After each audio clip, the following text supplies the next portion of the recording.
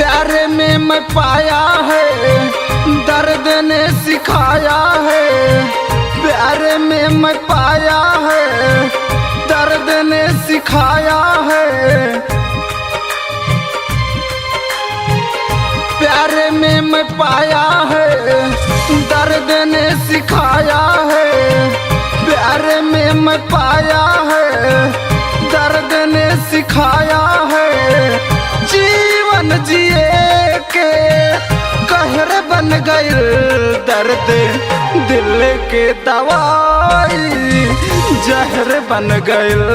दर्द दिल के दवाई जहर बन गई।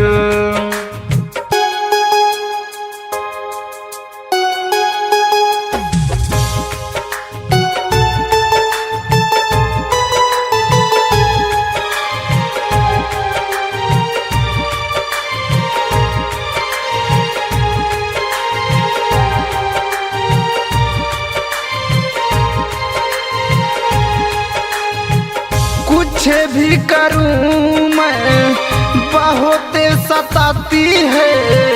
कितनों दूर हूँ फिर भी याद बहुत आती है। कुछ भी करूं मैं बहुत सताती है। कितनों दूर हूँ फिर भी याद बहुत आती है। प्यार में आदमी लाचार बन गए, दर्द दिल के दवाई जहर बन गए। दर्द दिल के दवाई जहर बन गए।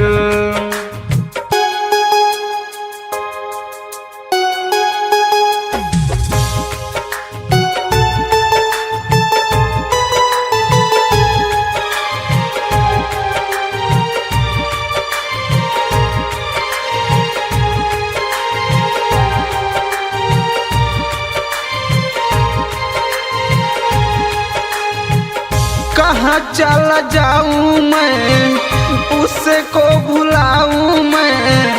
दिलावा से साटी है ओ, कैसे हटाऊँ मैं। कहाँ चला जाऊँ मैं, उसको भुलाऊँ मैं। दिलावा से साटी है ओ, कैसे हटाऊँ मैं। कैसे बताऊं तेरा मैं बन गई, दर्द दिल के दवाई जहर बन गई। दर्द दिल के दवाई जहर बन गई।